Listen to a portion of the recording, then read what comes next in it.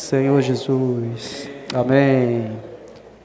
Oh, Senhor Jesus, Senhor, te agradecemos essa noite, Senhor, porque o Senhor tem cuidado de nós.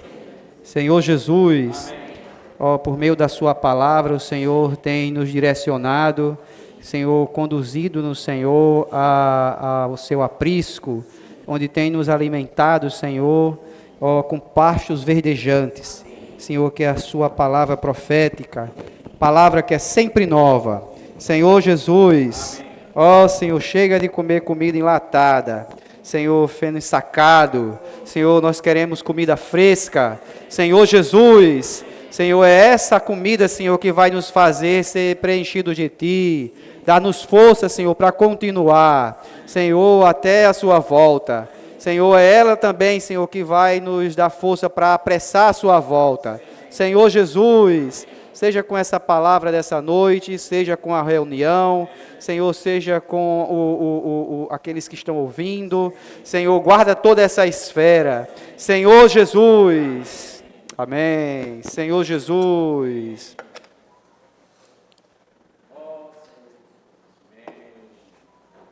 Senhor Jesus. Amém. João, capítulo 12. Senhor Jesus. Amém. Aqui no versículo, a partir do versículo 20, diz assim: Ora, entre os que subiram para adorar durante a festa, havia alguns gregos. Estes, pois, se dirigiram a Filipe, que era de Betsaida, da Galileia, e lhe rogaram: Senhor, queremos ver Jesus. Por que os gregos queriam ver Jesus? Certamente essa pessoa fez algo que chamou a atenção dos gregos, né? Aqui nós vemos que após a ressurreição de Lázaro, todo o cenário estava armado para Jesus agora ser, né, exaltado. Mas vamos continuar. Aí os gregos aproveitaram as festas para ver esse homem que tinha ressuscitado um morto. Imagina só, irmãos, que notícia, né? Uma notícia dessa não dificilmente fica desapercebida aos ouvidos das pessoas. Nunca houve isso na história da humanidade, de alguém, né, depois de 4 dias já de morto, né, ser ressuscitado. Então, depois de tudo o que Jesus passara na questão da incredulidade dos judeus, até mesmo porque ainda os judeus, eles tinham dúvidas, não só eu não digo que seja a questão em relação a Jesus Cristo ser o Filho de Deus, o Messias que eles esperavam. Muitos até esse momento já haviam crido no Senhor. Mas o problema era os líderes, aqueles que já há muito tempo estavam, né, vivendo na regalia ali do prestígio de serem os primeiros, serem os que as pessoas cumprimentam quando andam na rua, né? Os que sempre são lembrados. E de repente aparecer alguém que viesse acabar com esse prestígio deles. Esse é o problema, irmãos, e todos aqueles que têm, sabe, que vivem. Eu vou falar, não como falando assim da humanidade em si, mas principalmente dos filhos de Deus que vivem uma vida religiosa. O mundo nós sabemos, né? O próprio Senhor Jesus, quando a mãe de João e Tiago vieram pedir a ele para que um sentasse à direita ou se sentasse à esquerda, o Senhor disse: no mundo é assim, mas não entre vós. Então, no mundo, essa questão de posição, não adianta entrar no mérito da questão. Mas a questão é que o Senhor disse: mas entre vós não é assim. Entre nós, irmãos, filhos de Deus, não deve haver, sabe, apreço por posição. Eu vou até dizer assim, nós não buscamos posição, nós buscamos função na vida da igreja. Mas pode ser que a sua função pode lhe gerar, sabe, irmãos, se você não estiver desempenhando com um coração adequado aquilo que Deus lhe deu, pode lhe gerar um certo conforto e uma certa estima, assim, você pode estar gostando disso. E se você vive, se o seu coração é em buscar ser o primeiro, sabe, ser reconhecido. Ah, eu faço algo, puxa, ninguém me reconhece. Fulano faz, aí a pessoa fala, mas ninguém se lembra. Eu estava me lembrando da palavra de Pedro, né? Ele mencionou o irmão Ami, né? Não sei se os irmãos sabem, mas como frisou Pedro Dong, né? Era ele quem, na época em que nós não tínhamos o Instituto Vida para Todos, não tínhamos os canais que hoje nos dá um acesso tão rápido, né? E onde nós podemos ver várias vezes, voltar, ir para lá e para cá, por meio dos vídeos, pela internet. Mas antigamente, para nós ouvirmos uma palavra ministrada na Estância Árvore da Vida, ou em outra localidade onde o Senhor estivesse falando pelo seu canal, era uma dificuldade, né? Os jovens aqui talvez ainda não, né, nunca tinha tido esse, né, botado uma fita cassete para ouvir um hino do 288, né, nunca passou por isso, nem eu, né, mas para você ouvir um hino, a mensagem, tinha que ter uma fita cassete, né, e quando você passava de um ponto, era complicado para você voltar, né. Então essas fitas cassetes, normalmente era o irmão Ami, que, né, subia ali pela Ponte da Amizade, né, não precisa nem dizer para onde é que ele ia pegar essas fitas. Exatamente, para chegar aqui, né, na verdade não aqui em Açu, e eu me lembro quantas vezes eu não tive que ir atrás de equipamentos para poder reproduzir essas fitas, né, essas mensagens, para que os irmãos aqui em Angicos, né, pudessem ouvir. Até hoje, né, nós temos uma relíquia ali guardada no nosso armário, que era o equipamento que eu usava lá em Açu. Depois a gente teve que comprar outro equipamento para ver se gravava várias de uma vez, porque a necessidade era grande, os pedidos eram grandes, mas a produção era pouca, né, não dava conta da demanda, né. Irmãos, mas aí certa vez o irmão assim, puxa vida, mas ninguém me reconhece, ninguém se lembra que foi eu que, né, que pagava esse preço para fazer isso. Você já alguma vez falou esse tipo de coisa, né? De ter arrumado uma cadeira, de ter falado uma palavra, de ter pregado o evangelho e nunca ter sido mencionado, né? Ou mesmo a localidade, os irmãos falam alguma coisa e você às vezes se lembra assim, puxa, fomos nós que fomos pioneiros, os irmãos nem se lembrou disso. Esse era o coração dos líderes judeus. Eles buscavam reconhecimento. Irmãos, mas graças ao Senhor que nosso Senhor Jesus não era assim. Ele tinha tudo aqui nesse momento para ser reconhecido. Esse era o momento de Jesus, né? Agora ele vai fazer o gol do título, né? Vai ser campeão. Puxa, ele agora vai ser ovacionado. Se o Brasil tivesse passado pela Bélgica naquele jogo, Neymar até hoje talvez fosse lembrado. Mas o gol que ele fez ficou o quê? Esquecido, porque o Brasil perdeu nos pênaltis. Ninguém se lembra. E muitos começaram a criticar. Mas Jesus não, Jesus agora era o momento dele. Aí quando chega aqui no versículo 22 e continuando dizendo, Filipe foi dizê-lo a André e a André a Filipe e comunicaram a Jesus. Aí Jesus respondeu, é chegada a hora de ser glorificado o Filho do Homem. Eu imagino que os discípulos que estavam ali próximo do Senhor, agora sim, né? Agora nós vamos, né? Graças a Deus, agora vamos parar de ser perseguidos, porque eu não aguento mais de ser perseguido, não aguento mais de quererem nos apredejar, de falar mal do nosso mestre agora vai ser glorificado. Aí o versículo 24, olha só o que Jesus diz. Em verdade vos digo, que se o grão de trigo caindo na terra não morrer, fica ele só. Mas, se morrer, produz muito fruto. Talvez para os discípulos aquilo fosse um balde de água fria. Como é que pode, né? Jesus tem a oportunidade de ser agora glorificado. Até os irmãos de Jesus, na certa ocasião, pediram para ele ir para Jerusalém, né? Depois todas as coisas que ele estava fazendo, porque lá em Jerusalém, onde é que ele iria aparecer? Onde é que os feitos dele seriam notórios? Então ele tinha que procurar um local onde os grandes poderiam ver e assim ele ser reconhecido. Mas Jesus não via dessa maneira.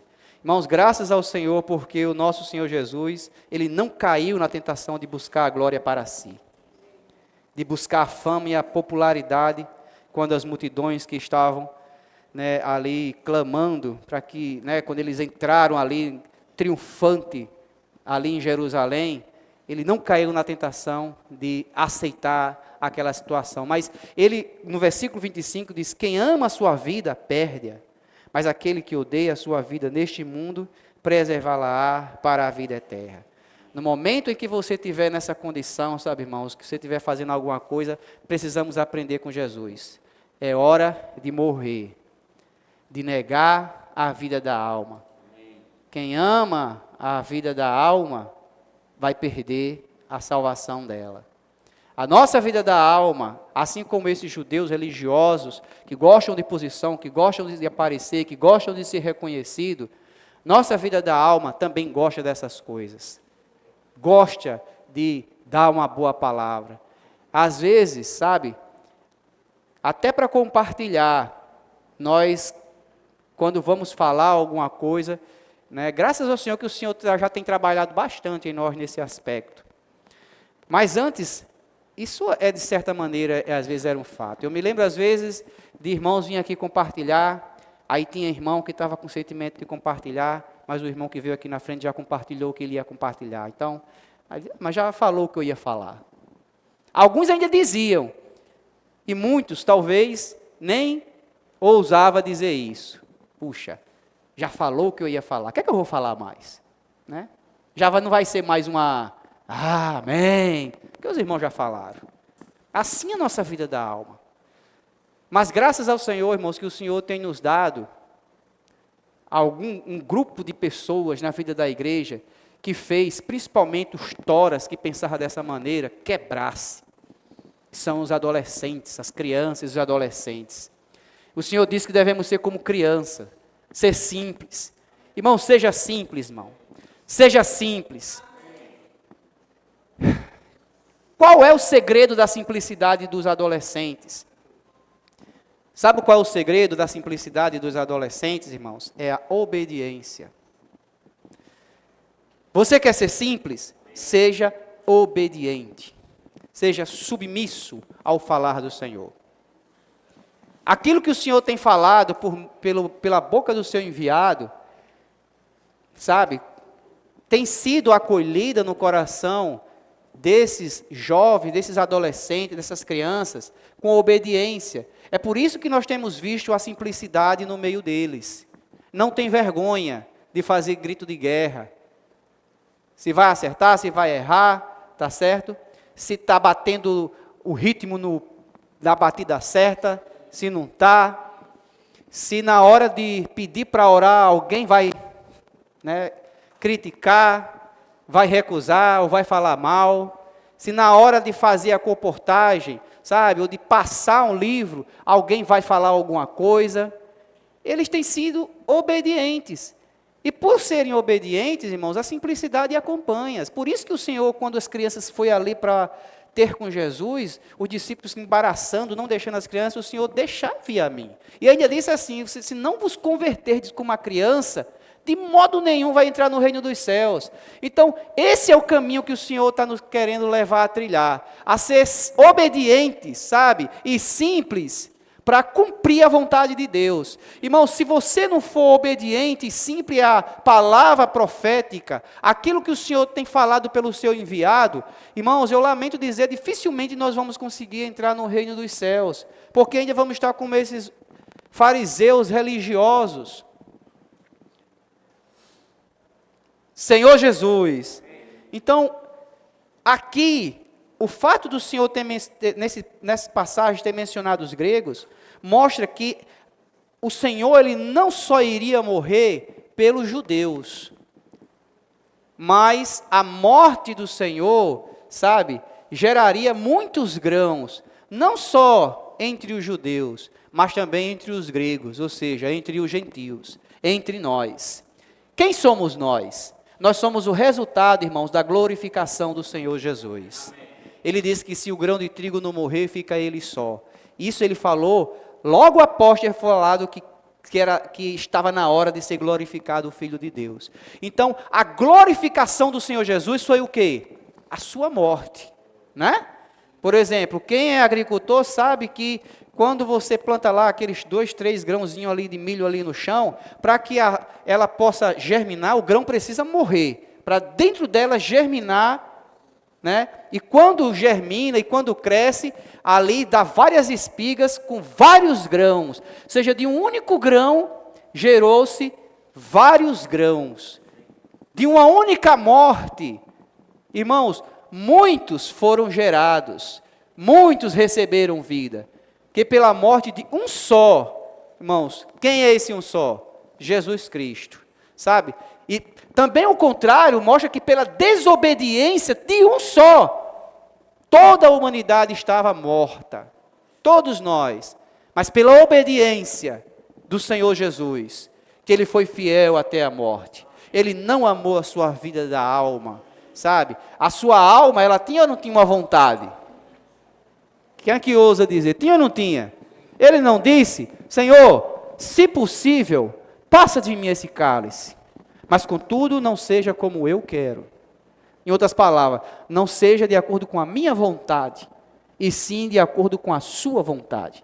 Se a sua vontade é que eu vá à cruz sem que passe, né, possa cumprir o desejo, se é aquilo que eu vim cumprir aqui, mas sem morrer, né, se tem que morrer, faça-se a tua vontade. E o Senhor foi fiel, e por causa de sua morte, muitos grãos foram gerados.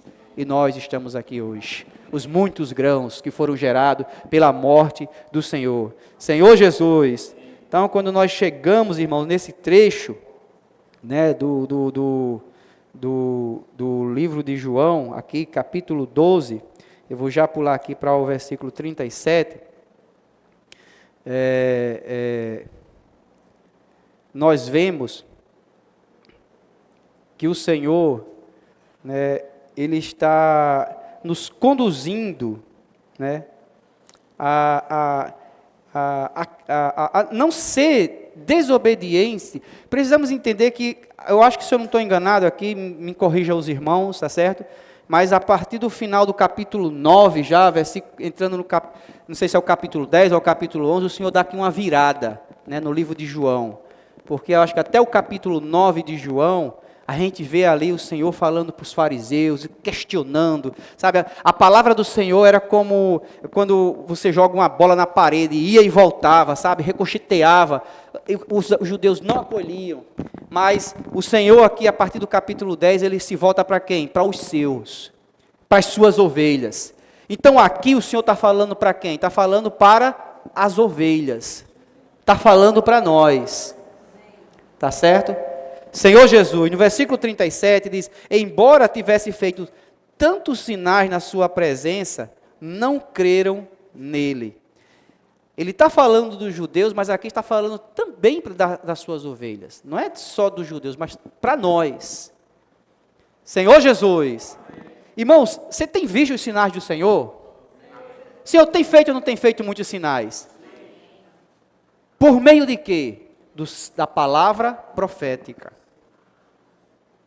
Da palavra profética, muitas coisas têm acontecido, principalmente, não é que não aconteceram antes, tá certo? Os irmãos, tá certo, que estão ouvindo, não é que aconteceu antes, mas principalmente de 2017 para cá, irmãos, o Senhor, por meio da palavra profética, sabe, e do acolhimento das igrejas a essa palavra, o Senhor tem realizado grandes coisas no nosso meio. Grandes milagres no nosso meio. Senhor Jesus, eu acho que todas as igrejas são testemunha do benefício que a palavra de Deus tem trazido para as igrejas, para as reuniões, para a vida pessoal de cada santo. A pregação do Evangelho mudou. Não é mais convencional, sabe? A pregação do Evangelho, irmãos, não é mais dentro de uma caixa. A pregação do Evangelho já é sobrenatural. Porque, irmãos, tem feito coisas que nós nunca esperávamos. Porque não é você que está fazendo, é a palavra de Deus que está operando. O que é que tem a ver você pedir para uma pessoa, escolher um ponto de 1 a 4 quando pede para orar por ela, né? Mas se você está sendo obediente, os milagres estão acontecendo. As pessoas estão sendo alcançadas. E você também tem sido mais edificado. Você tem sido mais edificado ou não tem quando sai para orar por alguém? Quando aproveita a oportunidade no seu ambiente de trabalho, no seu ambiente familiar, está orando por alguém? Qual é a sensação que você tem? Qual o sentimento que você tem? Senhor Jesus. E isso é fruto, irmãos, de nós crermos na palavra, crermos naquilo que o Senhor está fazendo. Mas muitos aqui não creram, mesmo diante dos sinais, que não foram poucos, que o Senhor fez. Versículo 38 diz assim: para se cumprir a palavra do profeta Isaías, que diz: Senhor, quem creu em nossa pregação? E a quem foi revelado o braço do Senhor? Isaías, né, praticamente há 700 anos antes de Cristo, já profetizava acerca do Evangelho do Novo Testamento. Quem creu na profecia? Irmãos, essas coisas, sabe, os judeus, os líderes, sabe, os judeus, eles tinham essa palavra. Isso já tinha sido profetizado. Quem creria? Quem creu na pregação? O problema é com relação ao enviado de Deus. Jesus, nesse momento aqui, irmãos, era o enviado de Deus. Quem Deus enviou para fazer a sua vontade. E o Senhor apareceu com muitos prodígios, realizando muitas coisas, com palavra cheia de autoridade. Mas quem creu nessa pregação? Quem reconheceu o braço do Senhor? Olha só. Irmão, Jesus era o que aqui na terra? Era o braço do Senhor. Amém? Amém. Senhor era o braço do Senhor. Ó Senhor Jesus. Irmão, sabe quando é que nós movimentamos o braço do Senhor? Quando nós oramos. Quando você ora por alguém, você está movimentando o braço do Senhor. Quem é que tem poder, irmãos? É o braço do Senhor. Não é esse braço aqui, não. Ó Senhor Jesus. O braço do Senhor, irmão, não precisa de uma tipóia. Tá certo? Na verdade, a religião é quem está dessa maneira. Ela não tem força para fazer nada. A religião não consegue levar o homem à salvação. A religião judaica, nesse momento aqui, sabe, em que Jesus, como enviado de Deus, estava aqui vivendo, era o maior empecilho para Deus. Dá para entender isso? O povo judeu não foi o povo escolhido por Deus para cumprir e representar Deus aqui na terra? Foi ou não foi? Mas o povo pegou a palavra, a lei, e em cima dessa lei, muitos estatutos e regras, sabe, dogmas foram criados. A religião judaica se constitui de todas essas coisas. O Senhor deu os 10 mandamentos, mas foram acrescentadas tanto conceito, sabe, tanta tradição, tanta coisa, que essas coisas ficaram, a palavra de Deus, sabe, a lei dada por Moisés, acabou se tornando um obstáculo para o cumprimento da palavra de Deus. Porque em várias ocasiões, por exemplo, quando Jesus estava sendo tentado, acerca de se apedrejaria ou não a mulher que foi pega em flagrante adultério, eles usavam a lei para buscar motivo de acusar Jesus. Olha só que situação. Você querer usar a sua palavra, porque a lei é a palavra de Deus. Eles estavam querendo usar a própria palavra de Deus, a lei de Deus, para ter do que acusar Deus. Porque Jesus aqui na terra era o próprio Deus. Você percebe o que é que a religião ela faz? Então a religião judaica era a principal opositora do Senhor Jesus aqui na época. Não eram os judeus em si, mas eram aqueles que detinham a lei, que conheciam a lei. Que conheciam a lei. Acerca desse trecho aqui, Senhor Jesus, lá em Isaías, né? Vamos lá para Isaías.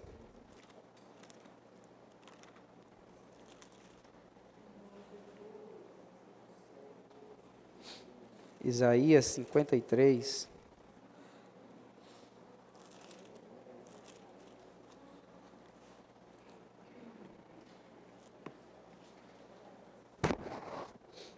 Oh, Senhor Jesus.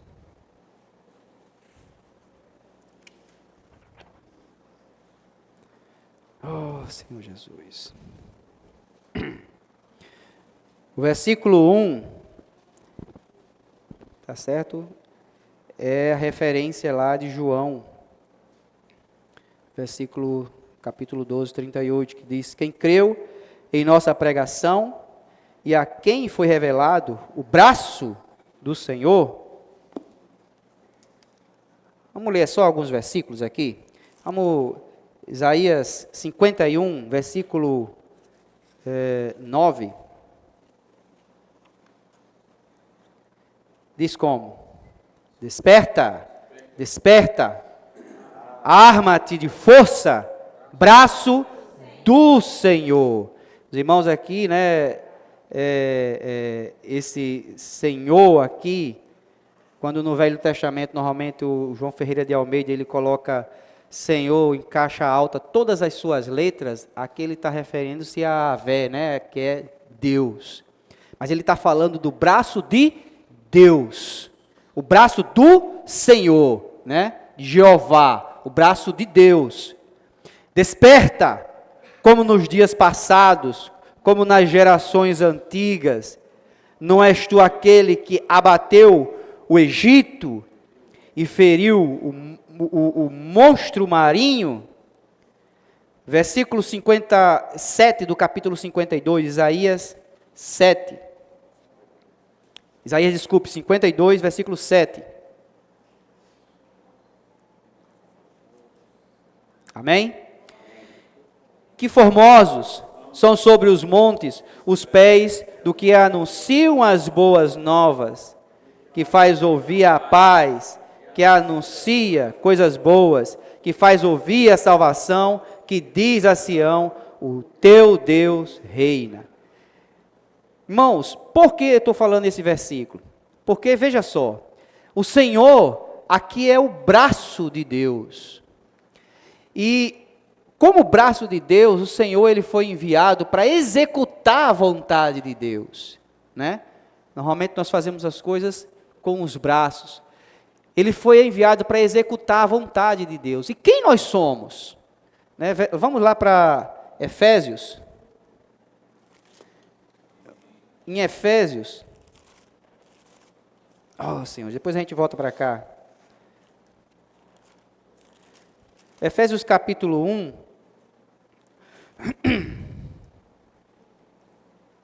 versículo 19, diz assim: e qual a suprema grandeza do seu poder para com os que cremos, segundo a eficácia da força do seu poder.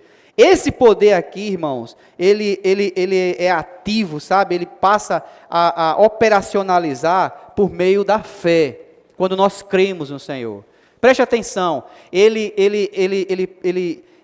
passa a ativo quando nós exercitamos a fé. E a fé vem por meio de quem? Da palavra de Deus. A palavra profética tem feito ou não tem feito grandes coisas.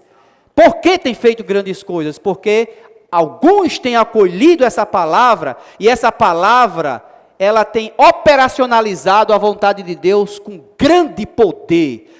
A mão de Deus, sabe, o braço de Deus, tem se movimentado e tem feito a vontade de Deus. O versículo 20 diz: o qual exerceu ele em Cristo, ressuscitando-o dentre os mortos e fazendo assentar à direita nos lugares celestiais, acima de todo principado e potestade, e poder e domínio, e de todo nome que se possa referir, não só no presente século, mas também no vindouro. E pôs todas as coisas debaixo dos seus pés, e para ser o cabeça sobre todas as coisas, o deu à igreja, a qual é o seu corpo, a plenitude daquele que a tudo enche em todas as coisas. Então, como corpo de Cristo, sabe, irmãos, nós estamos movimentando o braço de Deus, que é o Senhor. Nós somos o corpo, Ele é o cabeça. Por isso, como corpo, sabe, irmãos, Deus também nos confiou a realizar a sua vontade, a operacionalizar a vontade de Deus aqui na terra. Então, a mesma comissão que foi dada ao Senhor, que é o braço de Deus, de fazer a vontade de Deus aqui na terra, irmãos, essa comissão foi dada a quem hoje? A igreja, que somos nós, o corpo de Cristo. Amém? Ó Senhor Jesus, só voltando lá para Isaías, por isso que diz: quão formosos são sobre os montes os pés dos que anunciam boas novas. Qual é a vontade de Deus? Irmãos, é que todo homem seja salvo. Essa é a vontade de Deus. Deus, ele tem o desejo que todo homem seja salvo. E como é que Deus, ele vai cumprir e vai realizar isso aqui na terra? Deus, ele hoje, deu a igreja como o corpo, tendo Cristo como o cabeça. Hoje, por meio da igreja, Deus está nos enviando. Mateus capítulo 28, versículo 19, se eu não estou enganado, nos mostra isso. O Senhor nos ordenou o quê? Ir. E fazer o quê? Discípulos, todas as nações, e até os confins da terra. E Ele disse que estaria conosco todos os dias. Como é que nós vamos fazer discípulo para o Senhor? Por meio da pregação do Evangelho, orando pelas pessoas. Quando você aborda alguém e pergunta se pode orar por ela, sabe, você está movimentando o braço de Deus. Não importa em que situação aquela pessoa ela esteja, o braço de Deus é forte. Ah, eu não consigo. Mostre isso para as pessoas. Ore por elas. Leve elas a imergir na palavra. Leve elas a experimentar o poder que foi capaz de ressuscitar o Senhor Jesus dentre os mortos. Esse mesmo poder que foi capaz de ressuscitar o Senhor Jesus dentre os mortos, irmãos, hoje está na palavra dele. Na pregação que nós executamos quando oramos pelas pessoas. Senhor Jesus, ó Senhor Jesus.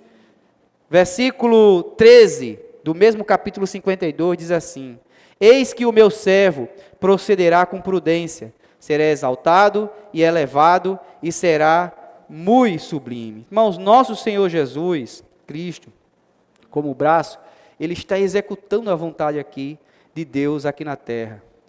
E o Pai, Ele, por meio, sabe, irmãos, da operacionalização da igreja aqui, por meio da pregação do Evangelho, o Pai é quem é exaltado. Quem é que é exaltado quando pregamos o Evangelho? A honra e a glória é para quem? Irmãos, por que é para Deus? Porque nem eu nem você é capaz de fazer nada. Você percebe, quando você sai para orar por alguém, e você tem a oportunidade de pegar a folhinha da imersão, Posso orar por você, Dadinho? Posso orar por você? Sim, pode. Escolha aqui um ponto, Aí você escolhe um ponto. Eu não estou querendo, irmãos, que isso seja uma regra. Entenda o que eu estou querendo dizer. Talvez alguns que nos acusem, digam que nós estamos queremos, como é que chama?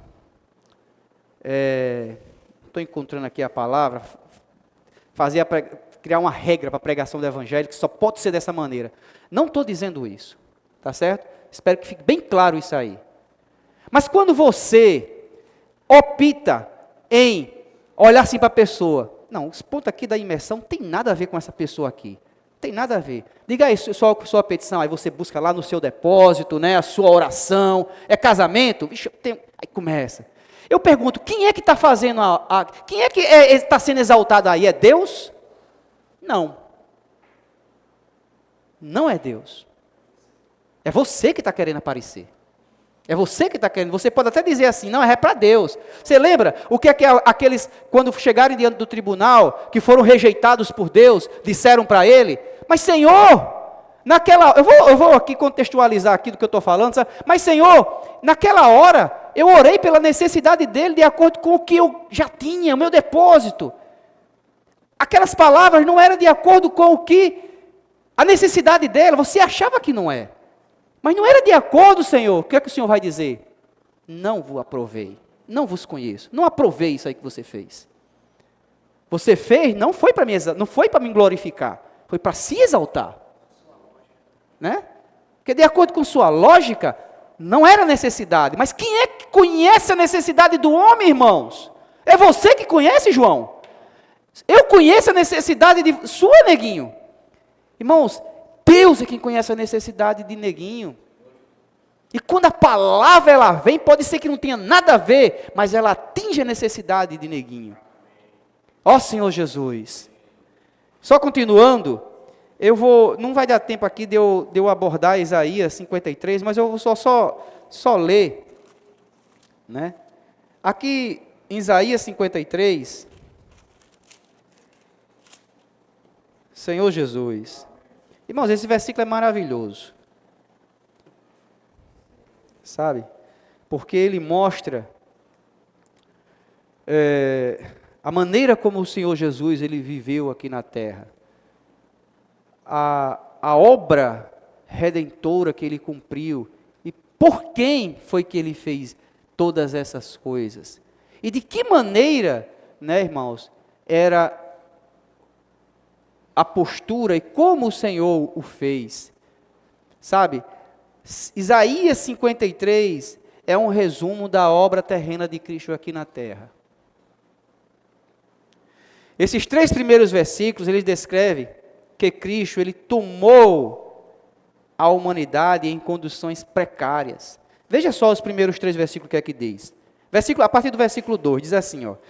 Porque foi subindo como renovo perante ele, e como raiz de uma terra seca, não tinha aparência nem formosura. Olhámo-lo, mas nenhuma beleza havia que nos agradasse. Era desprezado, e o mais rejeitado entre os homens.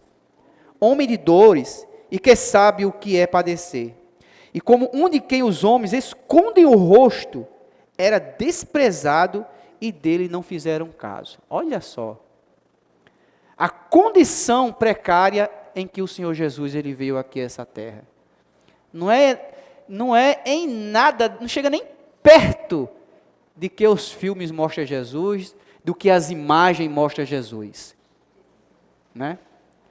A maneira como Jesus é descrito é como um homem. É tanto que quando chega naquele período da Semana Santa, a maioria dos atores que fazem o papel principal de Jesus são atores galãs, né? Olhos, muitos, né?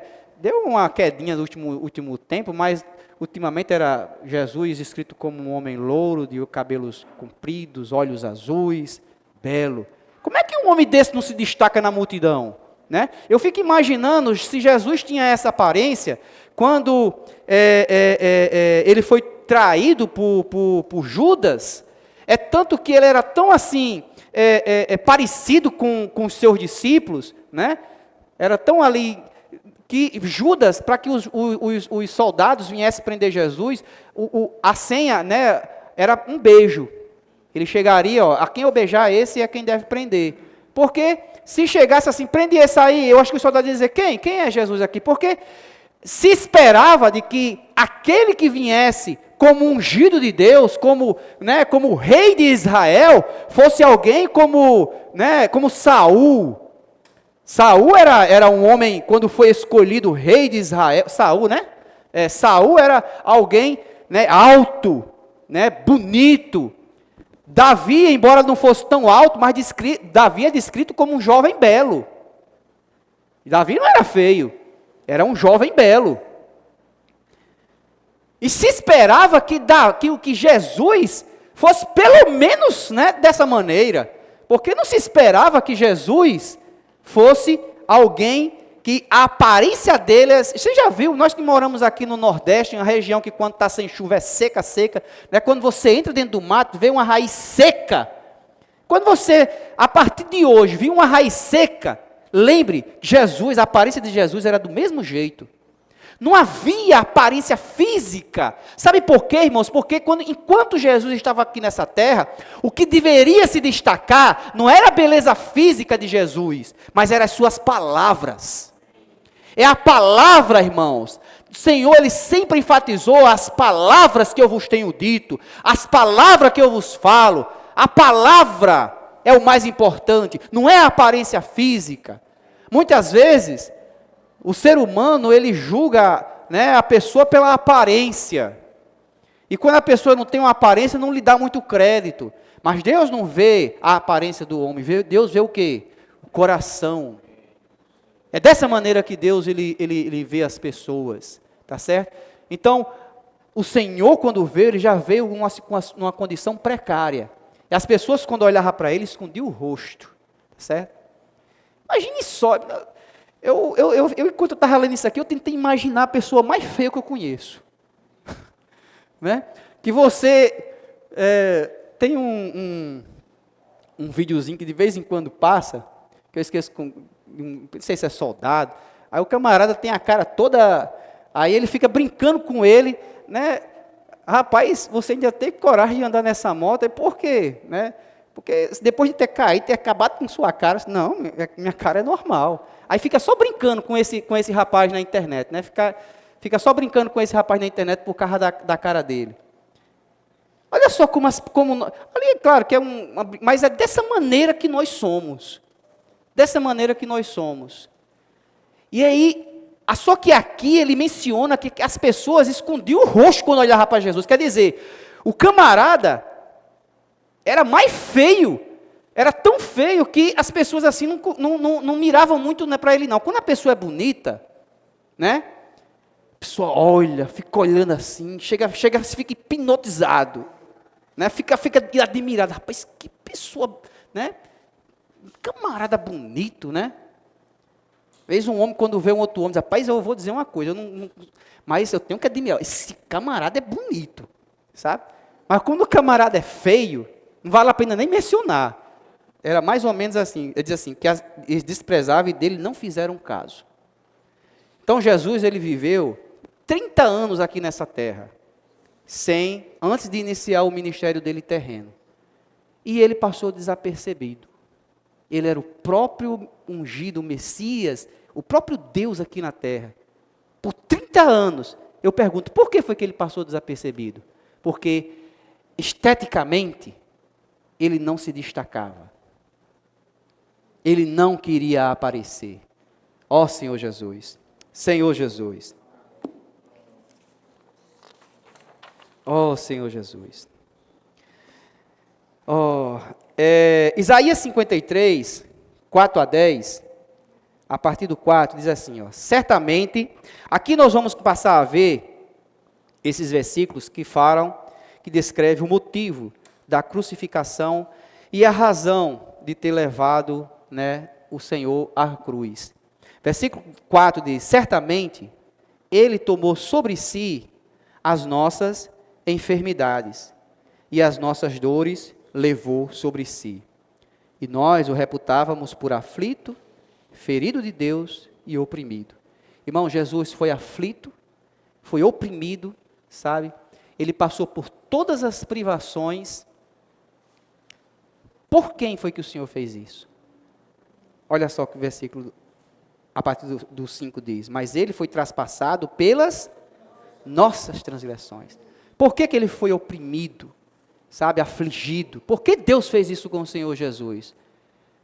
Por minha causa, irmãos, foi por sua causa que o Senhor, ele passou por todas essas coisas.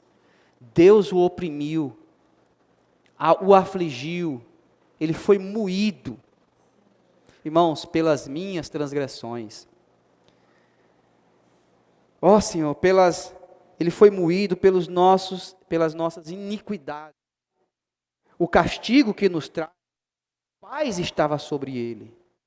O castigo que nos traz a paz estava sobre Ele. E pelas suas pisaduras fomos sarados. Todos nós andávamos desgarrados como ovelhas. Cada um se desviava pelo caminho. Eu não sei, irmão, sabe? Qual é o caminho que você estava quando você foi alcançado pelo Senhor? Mas todos nós seguíamos um caminho, sabe? E o destino era o quê? A morte. Era o precipício.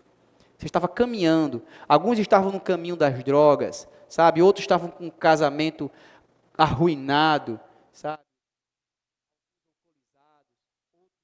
Excessivos, sabe? Por causa da excessiva, né, carga que esse mundo coloca. E outros viviam no mundo do pecado grosseiro. Irmãos, nós éramos essas ovelhas que andávamos desgarradas por esses caminhos. Ó Senhor Jesus. Cada um se desviava pelo caminho, mas o Senhor fez cair sobre ele a iniquidade de nós todos. Ele foi oprimido e humilhado, mas não abriu a boca.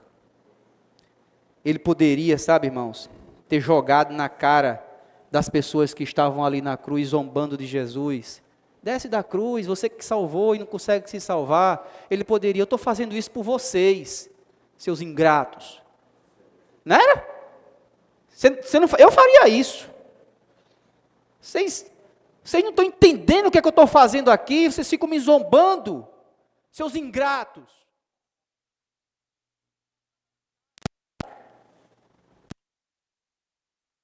Mas ele não abriu a boca. Como cordeiro foi levado ao matadouro, e como ovelha muda perante os seus tosqueadores, ele não abriu a boca. Por juízo o opressor foi arrebatado, e de sua linhagem, quem dela cogitou?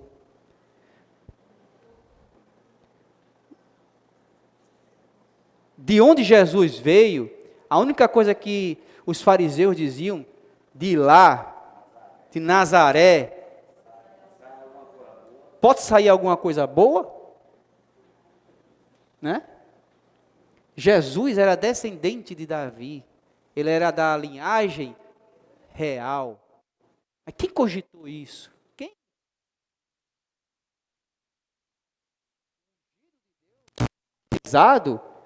Ele foi profetizado que ele seria descendente de quem? Então Jesus, ele tinha uma linhagem real. Quem se lembrou disso? Quem dela cogitou?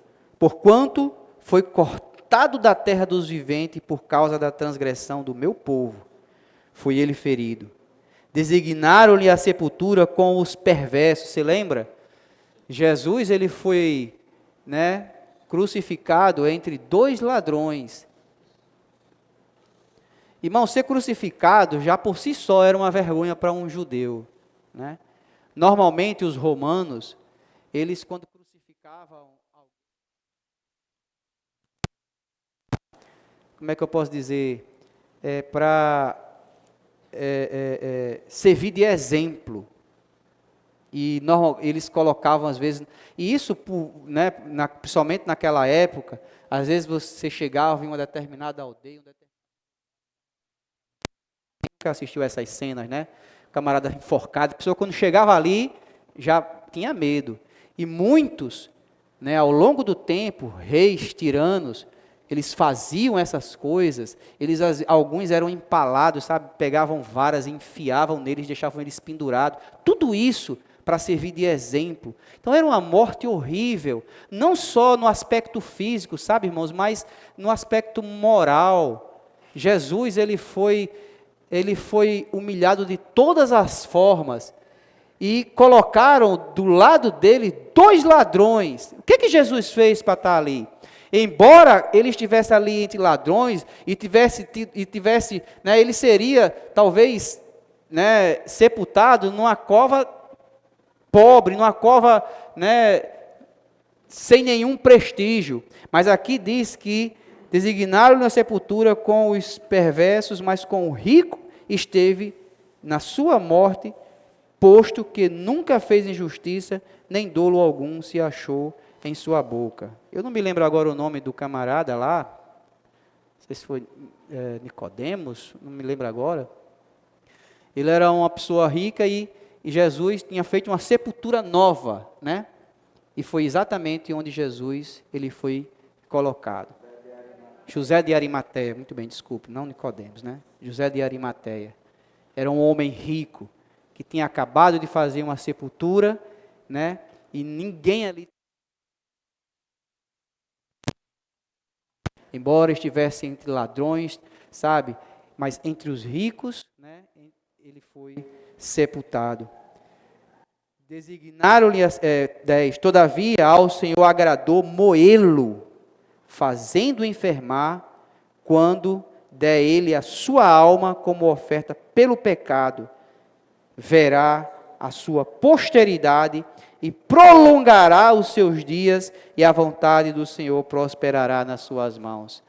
Ó Senhor Jesus, quando eu vi isso aqui, eu fiquei assim, puxa, irmão, você sabe que quando você comete uma iniquidade, você está traspassando, você está, sabe, como diz esse versículo aqui,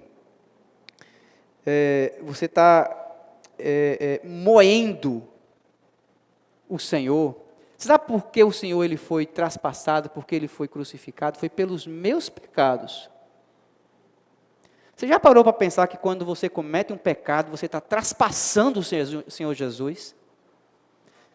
As pessoas se revoltam com os judeus, se revoltam com aqueles que estavam ali zombando, mas se lembre, não foi só pelos pecados daqueles, não. Talvez isso até mude o nosso conceito, sabe, irmãos? E o nosso temor a Deus e o nosso apreço e amor ao Senhor com relação a quando nós, né, deliberadamente queremos cometer algum tipo de pecado. Se lembre que todas as vezes que você for cometer algum pecado, alguma transgressão, não só no aspecto moral, mas também no aspecto de desobedecer a palavra de Deus, não é contra homem nenhum que você está magoando, está atacando, não. É contra o Senhor. Quando você faz isso, você está traspassando o Senhor. É como que o Senhor estivesse experimentando aquilo ali naquele momento. Ó Senhor Jesus. Isso precisa, irmãos, tocar em nós. Isso precisa mexer conosco. E ele fala, mas só que a gente precisa entender que tudo isso tinha um propósito. Tudo isso tinha algo que ainda alegraria a Deus. Sabe, o processo não é fácil. O processo é doloroso. O processo, muitas vezes, é desumano. Mas o resultado é glorioso. E é isso que o Senhor já via. É o resultado. Irmãos, quando Ele olha para a sua posteridade, como é que o Senhor acha que o Senhor se sente? Eu vou perguntar, Ele se alegra com você? Irmãos, sabe como é que o Senhor Ele prolonga os dias aqui na terra, irmãos? É por meio da igreja. Nós somos o corpo de Cristo. O Senhor morreu há quase, um pouco mais de 2000 anos atrás. Mas Ele vive hoje como o Espírito. Ou vou melhor dizendo, sabe como é que o Senhor vive hoje? Ele vive hoje por meio da igreja. Essa é a sua posteridade. Amém? Senhor Jesus, ó Senhor Jesus, quando der Ele a sua alma como oferta pelo pecado, verá a sua posteridade e prolongará os seus dias, e a vontade do Senhor prosperará nas suas mãos. Ele verá o fruto do penoso trabalho de sua alma e ficará satisfeito. O seu servo, o justo, com o seu conhecimento justificará a muitos, porque as iniquidades deles levará sobre si. Então, esses versículos até aqui, a partir do versículo 11, 12, conclui aqui esse trecho de Isaías 53, já está falando da ressurreição, da ascensão e da glorificação do Senhor. Senhor Jesus, versículo 12, por isso eu lhe darei muitos como a sua parte, e com os poderosos repartirá ele o despojo, porquanto derramou a sua alma na morte, foi contado com os transgressores, contudo levou sobre si o pecado de muitos, e pelos transgressores intercedeu. Você lembra quando o Senhor estava ali na cruz, enquanto eles eram zombados, humilhados, e o que é que o Senhor Jesus falava? Senhor, Pai, né? Perdoa-lhes, eles não sabem o que dizem. Ainda sendo crucificado, sendo moralmente ali injuriado, sabe? Difamado, ele ainda intercedia pelas pessoas. Ó Senhor Jesus, irmãos, esse é o braço do Senhor. Esse é o braço que está fazendo a vontade de Deus aqui na terra. Nós, como a extensão de Jesus aqui na terra, estamos realizando a sua obra, a sua vontade aqui na terra. Eu não sei de onde é que Pedro Dong, quando começou a ministrar essa palavra, ainda disse assim, não dava para tirar muita coisa aqui para uma mensagem, porque eu não passei do versículo 2. Né? Ainda tinha muito o que falar acerca desse poder, né, que o Senhor, Ele derramou sobre nós. Mas vamos só terminar o trecho lá de João. João capítulo 12, nós estamos no versículo 38, né? Versículo 39 diz assim, por isso não podia crer, porque Isaías disse ainda, cegou-lhes os olhos e endureceu-lhes o coração, para que não vejam com os olhos, nem entendam com o coração, e se convertam e sejam por mim curados. Isso disse Isaías, porque viu a glória dele e falou a seu respeito. Contudo, muitos dentre as próprias autoridades creram nele, mas, por causa dos fariseus, não o confessavam, para não serem expulsos da sinagoga, porque amam mais a glória dos homens do que a glória de Deus. Olha só, né? Quer dizer, muitos das autoridades que estavam ali creram no Senhor, mas eles não se declaravam, porque tinham medo de perder os privilégios, né? E nós? Às vezes não temos nem nada, às vezes estamos ali no nosso trabalho, né? Não tem nem o que perder, né, Assis? Estamos ali no nosso trabalho e a gente não quer orar pelo chefe, não quer orar pelo colega, né? O que é que você vai perder? Não tem nada a perder. O Senhor, irmãos, não vamos nos envergonhar do Senhor. Não vamos nos envergonhar do Senhor. Nem da sua palavra. E nem da direção que o Senhor tem dado pela boca do seu enviado. Sabe?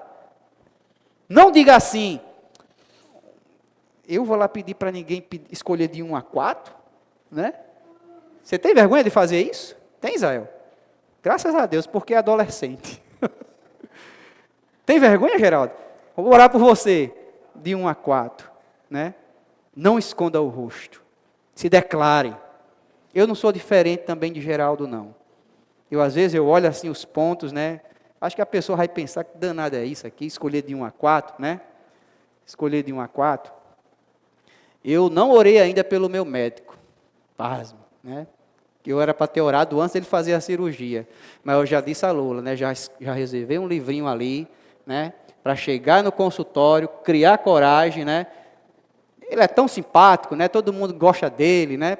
Então, com certeza, ele não vai recusar uma oração minha, né? Escolha aqui de 1 a 4, né? Para orar por essa pessoa. Senhor Jesus. Irmãos, essa era a situação, né? Então, se nós ocultarmos, né? Eu não me lembro agora onde é que está, mas se nós nos envergonharmos do Senhor hoje, Ele também naquele dia vai se envergonhar de nós. Não se envergonhe de pregar o Evangelho. Não se envergonhe de falar do Senhor para as pessoas, de orar pelas pessoas, porque essa é a nossa comissão aqui na terra. Essa é a maneira de mover o braço de Deus aqui na terra, como com uma extensão do braço, né, com uma extensão do Senhor. E Jesus clamou dizendo: quem crê em mim crê, não em mim, mas naquele que me enviou.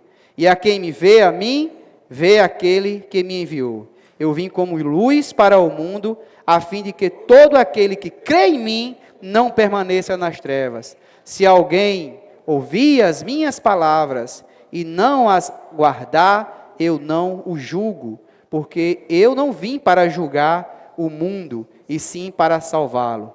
Quem me rejeita e não recebe as minhas palavras, tem quem o julgue. A própria palavra que tenho proferido. Isso é o que, irmãos? A palavra profética. Essa a julgará no último dia. Então não precisa, irmãos, nós julgarmos ninguém. Quem vai nos julgar vai ser quem? A própria palavra. A palavra aqui, a primeira palavra aqui mencionada é rema.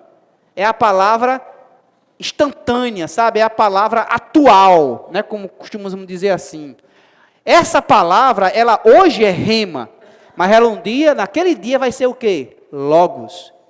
Então, se a palavra está nos dizendo, ore pelas pessoas,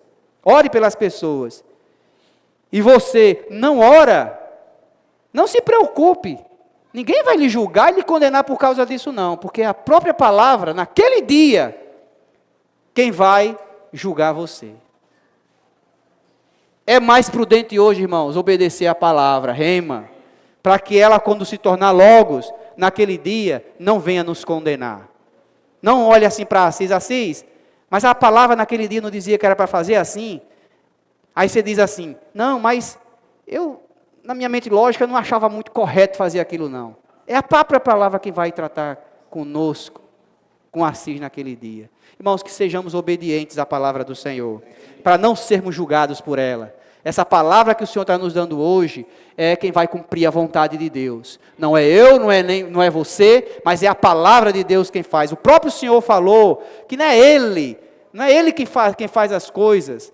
Sabe, não dá tempo de eu fazer aqui a revisão que nós vimos no alimento diário, mas Ele veio simplesmente como obediência à palavra de Deus, e tudo o que Ele fez não foi de acordo com o que Ele queria, com o que Ele achava lógico, mas foi de acordo com o que Deus mandava Ele fazer. Senhor Jesus, e terminando, diz assim: e sei que o seu mandamento é a vida eterna, as coisas, pois, que eu falo, como o Pai me tem dito, assim falo. Então, do jeito, irmãos, que o Pai falava para o Senhor, Ele nem acrescentava e nem tirava nada. É tanto que lá no livro de Apocalipse, há uma advertência, para não tirar nenhum tio, e nem acrescentar. Não cabe eu nem você acrescentar, nem retirar nada, porque nós venhamos julgar porque isso não é lógico, porque eu não gosto disso. Não, não é questão de você gostar ou não gostar. É uma questão de que se Deus está nos mandando falar, nós falamos. Essa é a palavra que o Senhor tem dado para nós. Irmãos, que o Senhor possa abençoar sua igreja e possa nos levar a continuar nesse caminho, no cumprimento da vontade de Deus, sabe, como o braço do Senhor aqui na terra. Aleluia. Senhor Jesus. 9:13, né? A gente pode revisar em pequenos grupos, tá certo? Depois nós damos os